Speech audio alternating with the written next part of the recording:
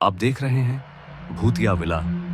दोस्तों, अगर आप चैनल पर नए हैं तो चैनल को सब्सक्राइब जरूर कर लें और साथ ही वीडियो को लाइक करके नीचे कमेंट बॉक्स में अपनी राय जरूर दें ताकि हम आपके लिए ऐसी ही भूतिया घटना और ला सके। तो चलिए बढ़ते हैं आज की कहानी की ओर। दोस्तों, हमारे साथ आज की यह कहानी शेयर की है बाड़मेर जिले के छोटे से गांव कनकपुरा के रहने वाले सांवरमल जी ने। तो सबसे पहले सांवरमल जी, आपको बहुत बहुत धन्यवाद अपनी घटना को हमारे साथ शेयर करने के लिए। तो दोस्तों, इन्होंने अपनी आप बीती में क्या बताया है, आइए जानते हैं उन्हीं के पॉइंट ऑफ व्यू से। यह घटना उन दिनों की है जब मैं एक लॉरी ड्राइवर हुआ करता था।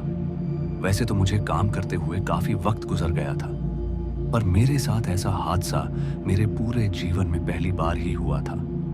और उस हादसे में मेरी और मेरे साथ वाले खलासी की जान जाने से बची थी।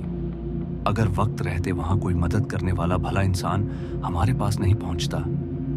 दरअसल हुआ यह था कि उस मनहूस रात को मैं अपने खलासी के साथ शिमला से अपनी लॉरी को लोड करके गुजरात के लिए रवाना हुआ था।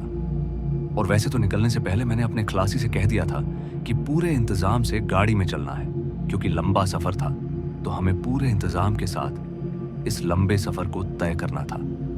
मेरा खलासी, जिसका नाम गजेंद्र था, उसने हाँ में मुंह से कहा, हाँ उस्ताद, चिंता की कोई बात नहीं है, पूरे सफर भर का इंतजाम हो गया है, अगर जरूरत पड़ी तो रास्ते में कहीं भी देख लेंगे।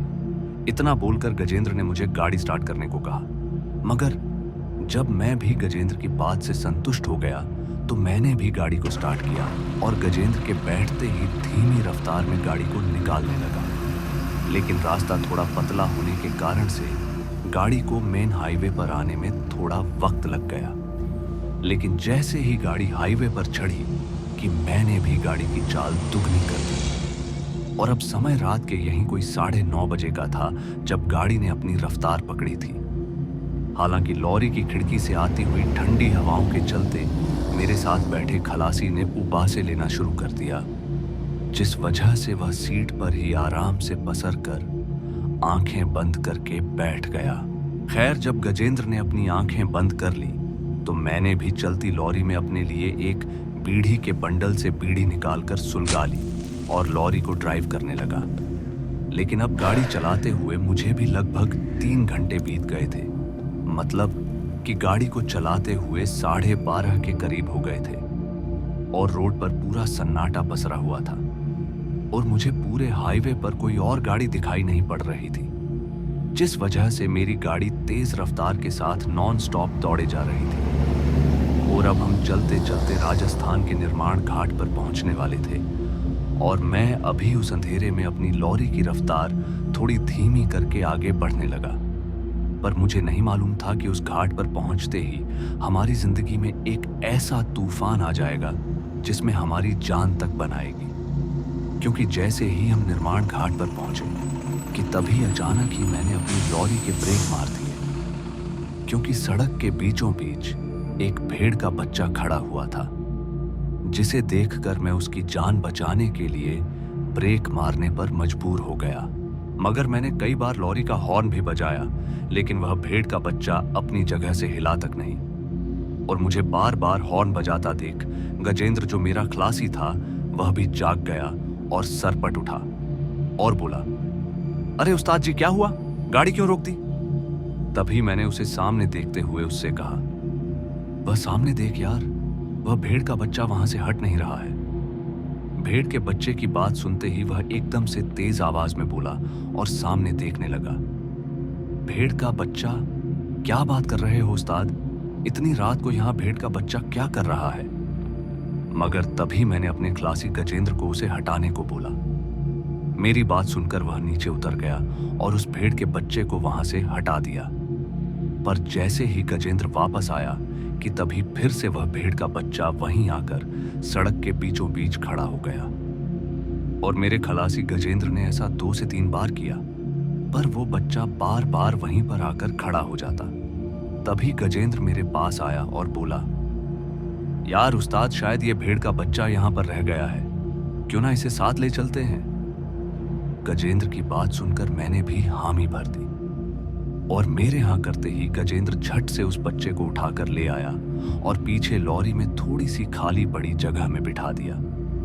और उसके बाद मेरा खलासी मुस्कुराते हुए लॉरी में बैठा और मैंने भी लॉरी स्टार्ट की और चल पड़े अपनी मंजिल की ओर। मगर अभी हम कुछ और दूरी पर पहुंचे ही थे कि तभी ना जाने हमें ऐसा लगा जैसे कि लॉरी में बहुत ही भारी चीज लौट करती हो, जिस वजह से लॉरी की चाल धीमी पड़ गई और मैं बार बार एक्सीलेटर से रेस बढ़ाता रहा, पर लॉरी की गति में कोई फर्क ही नहीं पड़ता। अब मेरा खलासी और मैं हम दोनों ही इस बात से हैरान थे कि आखिर लॉरी में हुआ तो हुआ क्या है। अब ये जानने के लिए हम लॉरी से नीचे उतरे और उसका इंजन चेक किया, पर हमें इंजन में तो कोई भी खराबी नहीं दिखी। और जब हमें लगा कि सब कुछ ठीक ठाक है तो फिर हम वहीं पर खड़े रहकर अब ये सोच रहे थे कि आखिर दिक्कत क्या हुई है।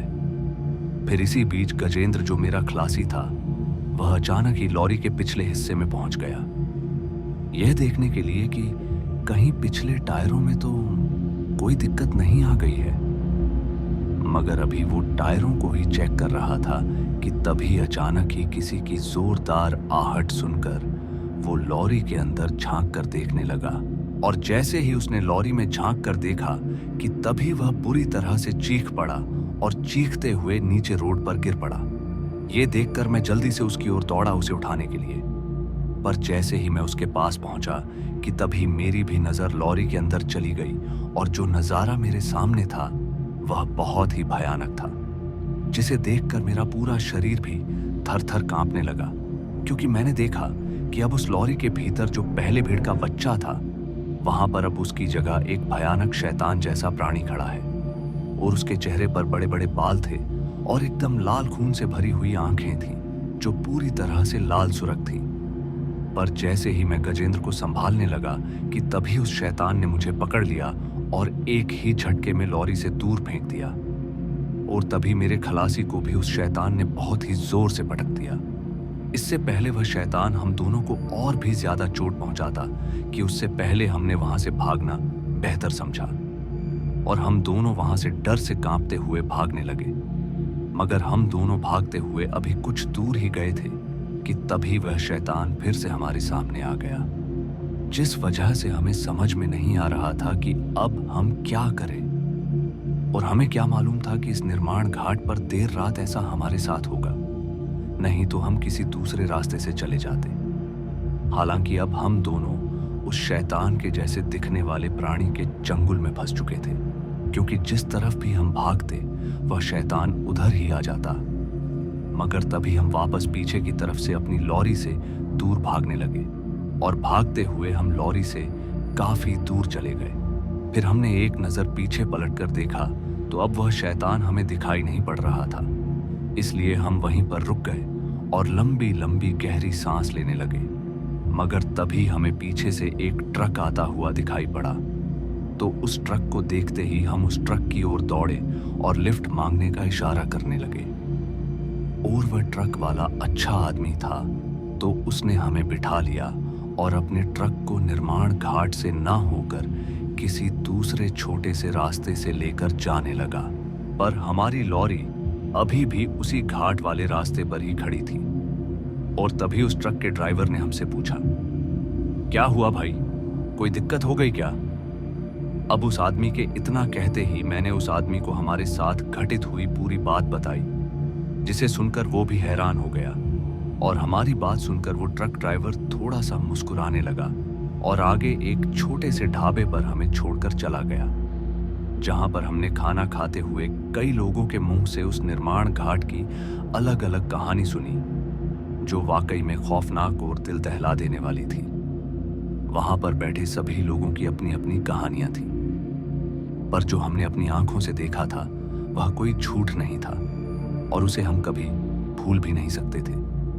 खैर, जब रात बीतने के बाद सुबह हुई तो हम अपनी लॉरी के पास पहुंचे तो हमने देखा कि अब वहां पर रात जैसा कुछ भी नहीं है। तो हम अपनी लॉरी लेकर वापस से अपनी मंजिल गुजरात की ओर बढ़ चले। मगर सबसे अच्छी बात तो यह थी कि मुझे और मेरे खलासी गजेंद्र किसी को भी कोई नुकसान नहीं हुआ और हम सही सलामत अपने मंजिल पर पहुंच गए थे। मगर वो रात मेरे जहन में अभी भी बसी हुई है और उस खौफनाक घटना को याद करके मेरा शरीर आज भी कांपने लगता है। तो दोस्तों, आज की हमारी इस कहानी में बस इतना ही।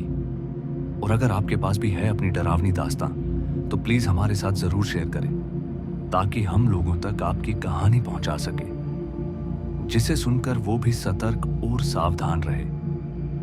और आज की कहानी आप अपने उन दोस्तों के साथ शेयर कर दो जो रात के समय में ट्रक या लॉरी चलाते हैं। धन्यवाद।